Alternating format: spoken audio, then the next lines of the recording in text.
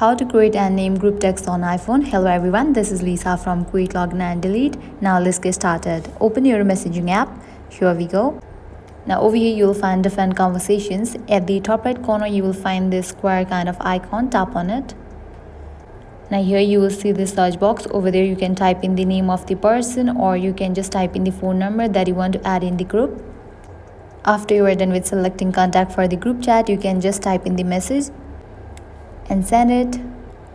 With that you have just created group. Now tap on this option. Now here you can tap on this option of change name and photo. Now here you can enter a group name. Likewise you can add photo to group chat, or also you can select different emojis. After you are done, tap on this option of done.